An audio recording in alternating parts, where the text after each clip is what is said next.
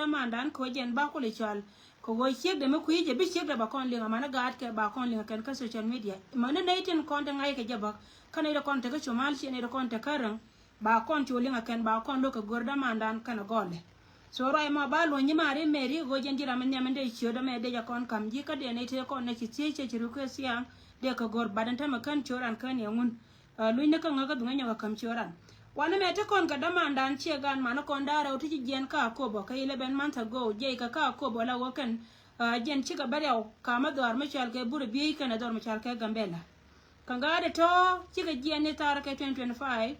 ala wo bene da ne be ka gwa da ne ba ka barya utin ba barya ka buru bi kana ngai wo chi ka liu che ka teka so gat ke radian adaman mun report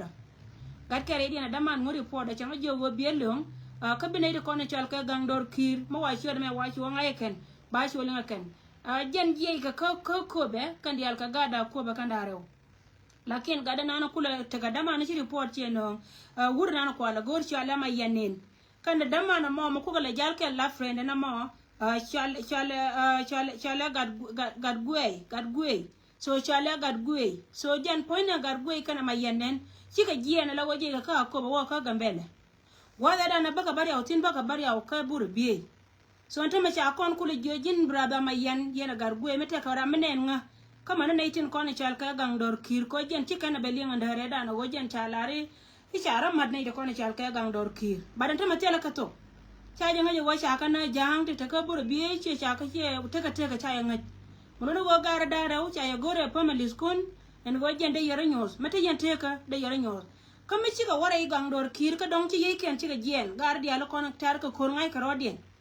muno go yen gar dia la kone tekel ka gang dor kir mite ka gar ti cha join na kan chira ya shala de shema ne gojen ka dare gwa ga da na she bento ka 2025 fa bilin wo cha ramat gang dor kir nono gojen panken kan titi oh wow okay baji inbox yen don miti ka ngai ka jen mi she ka wana thank you so much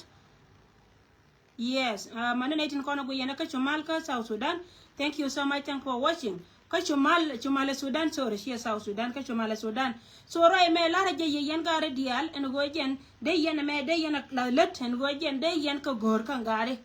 mi kan ne ka yakel ka de ka jogo nyo rodun ko baya ngai sie mor kun de yen ka jo nyo rodun ko jen baya ngai sie mor kun so rai me jen ande gor de lar na mo ka kuida mandan michal ke ma yen nen chala ma yen nen kana garman michal ke gar gwe kan chiga jen ka ko ba ala go kan chiga banri au ka bura biye chiga ben bas ka bura biye gwana ba sin e wa ga bura biye so rai mo jenan be ka ngara ka kanaitin konan chala da wojen ba ka gor ko an lo ko be information ma biya pas ka biya ne kon ba tin kona ta gwa mo ta ka tino jen biya ka chola laren go especially yen kwar na kona chal ka kwar gang dor kir de yen goro wojen de yen lad me de yen nan ko wojen kana ma ta ka ker ka ye de yen ka jogo de na inbox ken ka de cho balar shi ma na ken Sora mo jena na gora balar kon min dong de na bawti na ku contribution na malet kon has gwana to continue go jen ba ye local information method ko kuine na content kon to dar michal ke techa na ga panyi jar county kana tana da kon ta kama na mo ngan chawra ka kuida de na me baro ka panyi jar ko panyi jar county dan so me cha announce ka cha laran go jen china ga panyi jar kuidan kon je South Sudan plan ne to ko ken to gwa te ka tino kana to ken to gwa te ka tino te ka duel wal ka ten michal ke te dan kon ne kon chal ke jikien taka duel wal ka ten michal kete dan mala yanan ne la lo yeri de mani chianga chiwo na rai changa wo kon kete dan che chit changa wo dor che chui karib dia la kon chana lat kon la de me chi kon be baton wal ka kon chi tore lo ka te tini won chi ko kon la de ni won dung do wo kon ne kon chal ke jinal che bi ben mala nga wa jo ne kon wo je ne nang na me nang me sit ba non kon la ye la ro ku me matane kon te ka tin ter ji ne kon te ka tin ku da dia na ma matia ka ne bas kono jen gor ka loga kan ko chi ne de kon chal ga ji ko changwa tin cha te dan cha lora kan dor ma chal ka pa ni jar county chi be choptin kan gwa te ka tin we ne ko kien ka jen chot ka ne ke muno no wa jen ta ma gor ka je go kon ne de kon chal ka ji kien de ne lo ko jen te ka ne te be bot kien long mu gye kon ka ku dor ka gor kon ne pujen won dor ba ne je lo ban dial kon te kon tin ka tin dial tin kon te latke so chana bidwal ko wajen point de chana bungwa ko wachire me che ben ka kon ide kon chal ke jidur chana be pol chana le rodan so ne ti gor ka ilaja ken ka ilaj dien ba je ko kon ba je ko kono chima go bena le randa ka men ka ilaj kan dial kan gadin dial kono cha nan gwa te ka tina chuike ko go bot ken ka ne te ko ne cha kula nang te be bot ken lo ti cha lo nan ka pani jar ka te kon te mon me te ne te cha non ka pan ga cha ka non ka kub ne te ko ne cha barka naser ko kure dana be to dar mai ko na ba cha ka nan ka kub an gwala mo ne te ko ne be bot ken lo ka ne shwa kula lu shwa nan tori gen gwa te ka tina cha gore ba mention cha kon kule chola ken ka gorga je wajen bana tedan bana ngor kama bana jama yene dialo kono go yene go ante yentin lana kon region ka kwiden ko jen mite kara mede tel ka kanetin kono ta ka bodin bay bay de kon loy den dan karodien ko ngi kene go men let ke chi men je ka rew mo je kana ke dunde oran muno go chuon ka ke pujo de ka baka kon ga de kon jo kan chuy nei muno go jene la nen yene tama la boda ro ni chianga langan de ngwan ka de biet ko wajen de yo go chi ko dong mala ro ja gwa me ka yene dialo kono la no ye mete nyeti ti ngwana na chunganga ye de go chi do ye nga shejen lakin ko go dor kan dor ka netin kono ko le chole ji duotin chari ka je ka kuidan la nga jo ka ken ko ga nan jaw dien ba nga jo ken go jin la re wona metene tama ka ne ko to gwa mo yene ko dialtin kono te gui gwa dial ko de yentin manaka la ne contribution ka kuidien te ka ne dan wol bakel de ci ben no gwa da ne shir ka nga ka ne dial to ci nyen ken ci ka chop ka chop na ne ci chop ka ajeno kula te barcha ta ne dang doke ne dang wan cha ga long ko ngai ko na wodel wan ne ko kentin ko na wana atin ka yo wana na wana atin ya so wana na wana atin ka yo ma na ka ala jen cha be ko ko wana cha la nyal ken ala wa cha la ran ka kente me ko ne de ko ne cha ka jina chui ko na lo ko kan ite to mi chinkit na ne dan wol bakel mi chira ndo lel ke 2030 kan yoto to mi chiko ben ni aram ke cha bode cha je longa ken nene la ngode jena la lunga kon ka community so la ne contribution ban dia la kon to kontina na rami chianen antama ba cha go aba go gwana na teka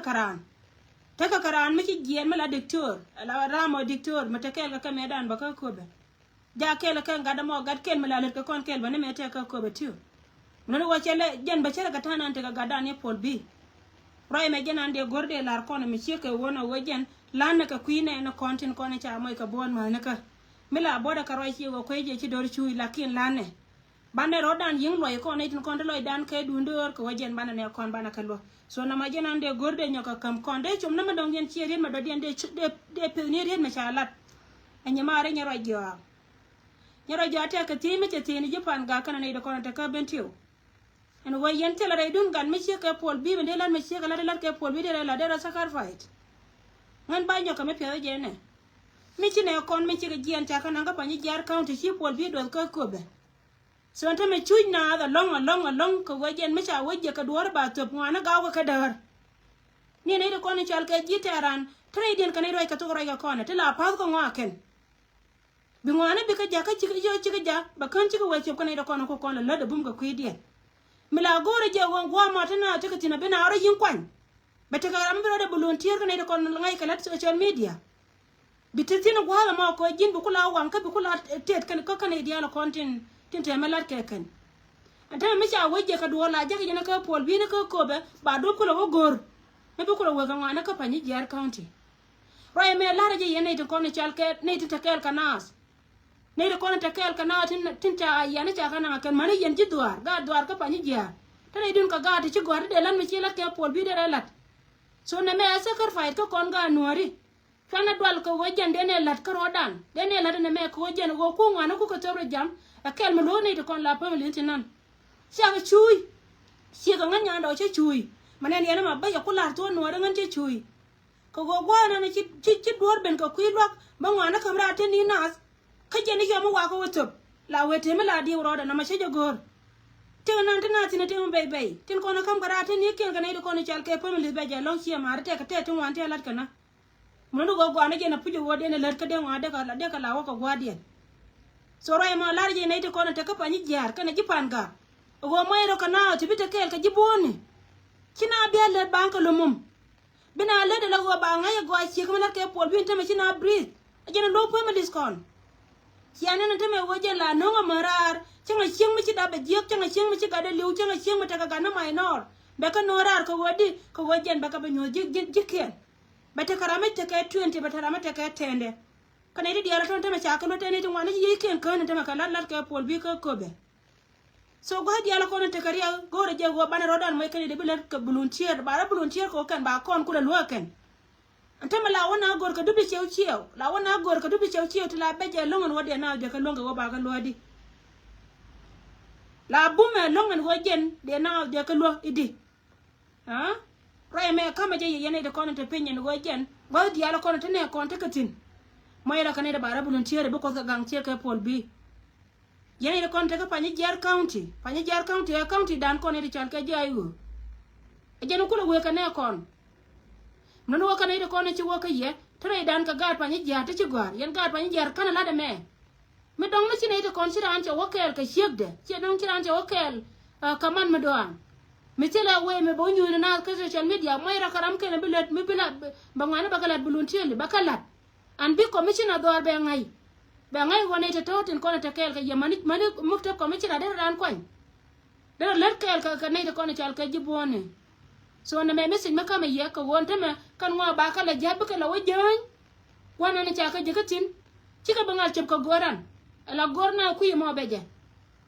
roy ma kel ma de nyoko chep kon kala ni ma nya rajo la rajata lo lon ko chena me chenen kono de kono te gwatul ko wana ko kwana kwa kala chuba ken te bay kan e ma ngwa to da mo mana ne de kon te ka pan ga gipan ga kya long je ntame gipan ga kya long je ko choyin te ka pan ga beje ka bay mi di de long ana tel karan mishalu wajen nyuda na rekto konta na tekatin chointe ka pan ga dide long ko kan but ko kor ni ntawai to dana ka kor magu yena tame checha kor cha ka chongo ndi ala konta na tekatina jipan ga ka kor ko wote at ko nte kel kan ne kon kan chiga bit so kan ide kono cha kula kam wo kan ba na kan ka pin but ko kor ni chiang ai ndoro wacha dawna ka gwam bor ka piu cha da ka gwam bor mata na chinga ne ka chiang ni ching na re yeri so gore je go gwa mo ba yinte karan me bila wang nas kan e dialo kono chal ka jisem de yala da mo de yana kan no ma jena ande gorde nyoka malara kon roi da men dong dien ya ba woka ne da kon re loka te ka man ne nen ti roi ka walga yen man dialo kono ci roi ka walga ngan nyamara ja ngan nyandaw chala nyandaw pal ngan nya walga apa yamda menan nganya ko ba county batcha ngada bala wajen gwa nda ngati ne menan mesha Allah ba cha yetin te mugora ba kula lar yangan te bebel yen mandi ala ko ne cha nora a shawkun ten cha wam ka jo ka roje ngan te bebel men te bebel ye go ku yen malad yene ko du mo nga yen malad yene ci ada roere ngeza milaran milare milinga je ci ada roere ngeza ko wal ga ngas tele ching be to dole ka mandi atin kono ci right ci ben ka wal ga tame ka me chol ka wal ga ci dum bal ko yen pan kun ba ya kula mo ko kon a lo do na me da ne no yeriyo cha yen na cha don kun ka gad kun cha kana man wal ga milar ka je go te ka ne ti biran tel man tu da ka biran tel man don ne wala ka yen liya ga da na ci to ka ko ba west aliya me be cha par ka liya ga da na ci to don ma chal ka pasai liya ga ci to ka ko ba west chere na ka liya pasai ka discount e wal jam kana te ko ne na ka ye kan ci ka ne nan ajara me da na ci ro da yai en go be na wona bu ni jen ga duni re ga ku yana la kire we ka wal ga ya ko la lar na me ko go yen ka yen man ci hal de re chem ku yen man we ka kume ba bai ka ye ka tung nas ka le ma ja go ala mal me wona tin ka tin tin wi sha ka da doran ko lo cha da counties da ro cha ka kam kume espela iwo county ke la jena ko ba county kana Nyirol county ajena ku yen la nen chenga pan me ci ka chup ka ko bo cha ka wo wo tin wo ka ko ci gwadien cha mal do re ga ka ne ke antama kan eti diala ko ne chal ka ji ku me spela iwo min jel ka ci ka jel ka ba wo ko gal ni kien me ci ka chup chenga dan ka wal ga me cha jeni ye yene to ko no kwara choro ji chim ti shol yero do ka yene re ga ti tara ko ka wo cha la ba non kon to ya gol ka ne yene ci ajo ne ke ci ka wo ka et kwata dien go ambi ka nyurtin gar me chal ka Nyirol county raye na la yen man to ko na right tin cha ja chaw kun point county na ni chal county akobo no wi kiara manarar e ku me spele ayo de ye jogo maka yene ri siaro don mat wur mi chal kere gai wi aka pajut ye che pajut wi aka pokta de ye jogo wi aka pokta ko menan biya lia belia no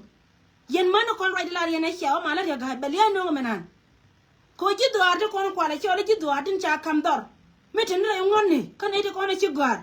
me da ko wi tin kon chal ke wi sa Sudan kan mo wa gor lu ka dor yan nan mo wa ko yan ma cho kun bina nyenye nyok kakan cha kor sha loko jabi lawliu minen yena taka bedan gwanan loko ne liya dun yen cha tan kono kwala ganga ken agani yen mi taka mal me siane ne rai yena la yena ci dun je ko cha jang de taka wate na ka motunu kun ka wanka del kun ko ka jang te wa te dor me cha ko be te wa ne ni te ko na gad kun to ko ne ci kula benen teme ka kan te chwa ko del kun ka ne wanka te wanka gad kun ka kan te ko te wanka del kun ka kan te na ka don kun mishi lo dun be dia ya par jang asiane kun te wal mishi ka parwe jona yew ya ka pajut ala roy nan ci ala yen mande ko na roy aroy mi jembe tarun tiam ba tarun tiam ba wa pot la ra je yen go yen man ko na roy ka walga na tan kun ba ka kai kuin ka roy tan kun ka walga ka yen man walga ay la yen de dor mi chal ka ko bo de da de county de mo ka county da rew wur mi chal kere ga cha pa yama di albala pin ka kan di archi ka pa yam di lot tilla ka gwa mo ga tin ka pa yam ni protect da ka ni ye nuari mo ga woto chen ke no point da ko ba be ne puja wa ba ta ka county da ro lakin ba bana la waje ne bi state si ba ngor la ji jongle state bi abira la ji bi state ajan bi ko ta ka county da ro yan ji ko mo mun no go si abata ka rar abaya da ga ga lar ka je e ka yen jira ara ka jira yo mika chienya tila chia mane ya gai mukor yena go ba dordo wal ga swara nyo ja ka zunkur wal ga konji wal ga chi ga konji ma ita kan arka miki alara go yen pan kun chia wo kor ga dun ya gai ko ga yen chienya kwa wo kai queen ya ka kai queen bi ya gai wo choltin chi bi a presin kine ya gai lo konji wal ga te che dorin chwa ka ya don kiena kine lo ko ya gai kine ibe lo ko ya gai ana na ma ba kor nyo lu jaw miki akuna go be we da na ka yen mandin chal ka mane da ba a chiara na ka raina la na ye to de go me ka yen man chienya ka gor ne ba county a ko ba da kreo kwa wo ka kai queen me ba bara na county din ndi kai queen ka te ga da do ne ya gai me no ndi na ba nyo la ya la ka kuna na ci bere lo ka ci ko ya ga ci no ya te lo ko ri ka me ci ben 1 food 4 gram mi ci ben ray dor mi chal ke mun lol mi cha daga kuma jino Sudan mi ci fel an gwa mi te kada ba lo an chaje lo ka kui kwar mi chal ke re gai ala ran ga bana dor mi chal ke jongle state lo ka wokan ka ji yo mara e ti chane ti ji liu cha ka ne ken yen cha ngang mo no kon rot kan roi der ba ka cha dor kun cha ka wang ba ya wa dor cha kun ko na ka te ba ji ka re ga tim bi aja ki tuk da ka kuwar ya ga ya go bala kuwar ka te masha larai loka pala kai ni dia la ko na babu ba wo kun babu ba ka balel ka je agana rai loka chwara da ka tuku na mar ti matin chwara matin en changa ngono ko na biya ko ite ka milungi na kala da ci man wo ci ga wo ga kuma ci wo ga mala yene ite ko na kwala gang ni ya wal mai me tu ga ci dundun go ba ya nang ra du makan ya nang ra ne da na kan ya par wo ko ba da yan wonne garan atai kanga dia te kon te liu ko wal gak te chara top top ro ga dundun top ro dem ke dundun ne wa bare no ka chwa de dundun ko go me chi kor me se ben ka yen tin chwa wa ga cha nak te ni na chwa gor ba tan ko nan ki dwa chwa gor ba tan ko no ki po bo go bia chop ki po bo la jar ka do ka ga cha ban ni ka ga te na ka wal mai yen cha nga ma no kon right te tu wal mai yen te la ga do mi cha na ka je ke dundu ko chi ke na gor ba ko hur kel ga ya ba ya wo yop kel chok chokolo ben kor a chiata ni pai ka kobo chokolo ben kor uni chiata ni pai me chira ukada yen changang de kon right bang lo ra bang de ya wa chau ke ni te jai ri ye ka ke chu ga lo ko lo wa korun a chika ni pai me chira ukalo da me cha ma turu te ko na ma ka tin ma ya ko la cha ka len ka chi yer tiang kana la linga go a chwara ling mis ka chwara ling cham ti ye men mra ka ye wai dor mi chal ka wal ga nan chirwe ka chikala man wal ga wai wuna ka lenga na me gwa ko isur dan ko ne chal ka ga di na special kon ga ne bien mila lingi na tara ilo ka te ke te di tela te di jima yema siya melin tela jima yema siya ajene kula ga yanga chenga da no ine pa te ke siya di an be beto ke kuma selfa la kuma chene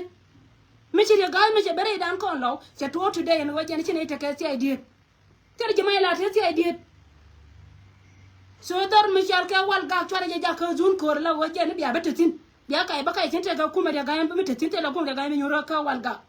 Let me tell you guys, mo gori na baro kutu bana tu. Alari yani go akale ngaje ni kori en changa ngwana ko na chaja. Muko yen me la roda go ga siala mo gor kana je go yen biya te dor. Muko yen alari ye go biya li go wal ga mi chiaja ka zun kor. Acha ya ku nyam. Yene ni ko ala gang ni ye. Biya na ni wangdun. An biya tonde gorjat. Biya tonde gorjat biya wurukan jada ma mi yen tonde tin. Yen mana to. Here here ko ni ade la de biya benu biya baro ite ga ga dun biya praise. De ga china elo. Te de yete la de ga ka wal ga mo yen man wal ga to. Man dang bangwan te ko na ka chiga man kunu yen ji wal ga. A chang tini rol ja go mo da ka man ku. Ko ga yen ji mai. A chang tini ka ba ka ne te ko na man dang bangwan te na ka. Man ga liya ka rodien chiga man do arun ka wona di ate ko na ka wona do nyam ponye na chiwo won wa te ko na ku te ka cham je inshal ka ngada ka ka na wona dandi to ka wona wal bara ko rodien ka wal ga ka du man ko be man wara jule no man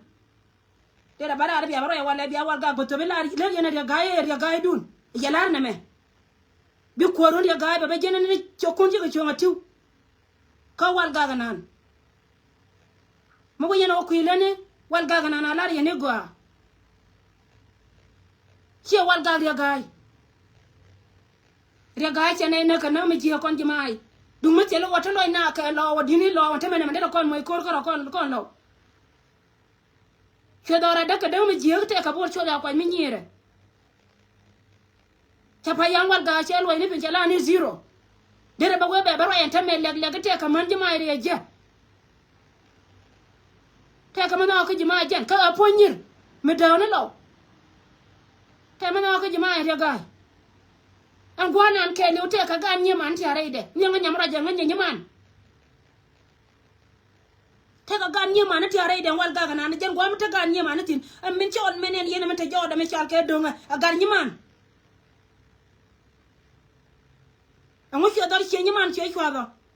de yene be chola ga nya ja rola we are kapa jut yen ba jwa ma da kon ra ke dun kwan tela ko ga mi chano an ko nana ci benen yen non ka torbiyeli world food program mi luok mi jen ko wajen ci kuma South Sudan nan ta go na kan ba blog ba te lok chane dia lo ci ma gwa ke ramani jang te ko na yaro nyo yot ka te je ka ngada ka te je ka wurur cha ka lo ka pa jut ka pokta cha ko lotin so Johnny ya tela ya gai county re dar ka ko ba county tela je tela gwa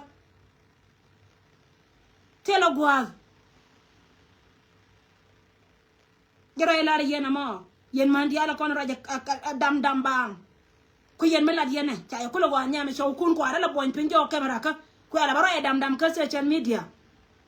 ya ro e dam ka social media ba ya ko lo gor yo ku yene gor ni yo jin chiena na biya kula ra gwa wona ne sho yi jobe be ne na ka ba ko joy ka ji di ro de nyo ka wo ba lo kula na di ba joy ko ba la randi ko joy ka mi ji no na ka mi ji a jin chen ma chi da ba pu jin ngai bai da ba kan ga te cha na wal jam ko be ka ko we di bu ni di al ma na ga te kan ko jin ngai bai da ba chi ga chap jin chiemo a wi ro de ka ga mi ponchen mi china na on wal ga payama la yene go jen go ban tutin kon mor jen go ban tutin tore la ke la demo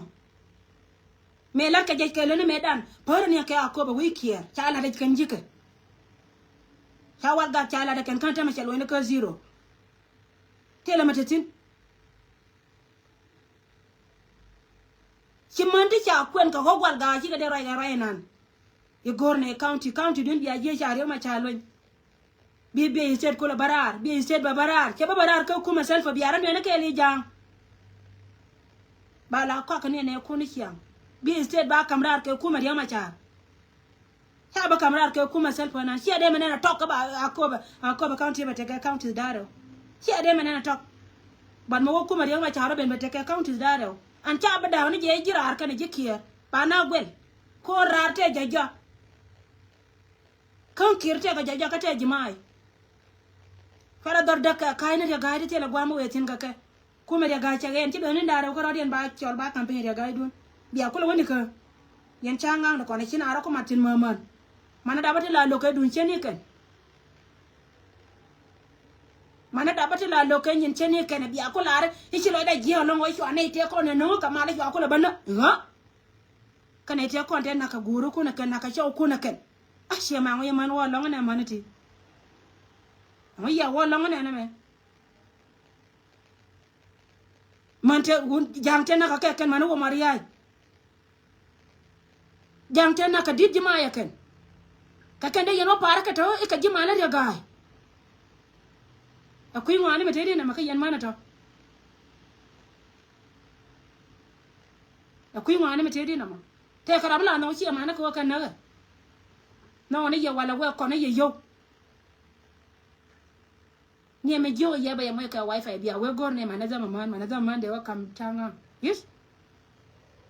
ti dia ko no ti yin ga ka je ka mal kane da ko kana ka kon ku yene da ya kam gor yene ai da kam gor yene ka ko ne da cha gar ken cha kana kine ko liu kine jang ba ja ka nyora gar nya le aduno yene wonu kan ar kana na lar yene go ja tin ka tin ji chen ka tin pal kana ye ko ngai ka je ka january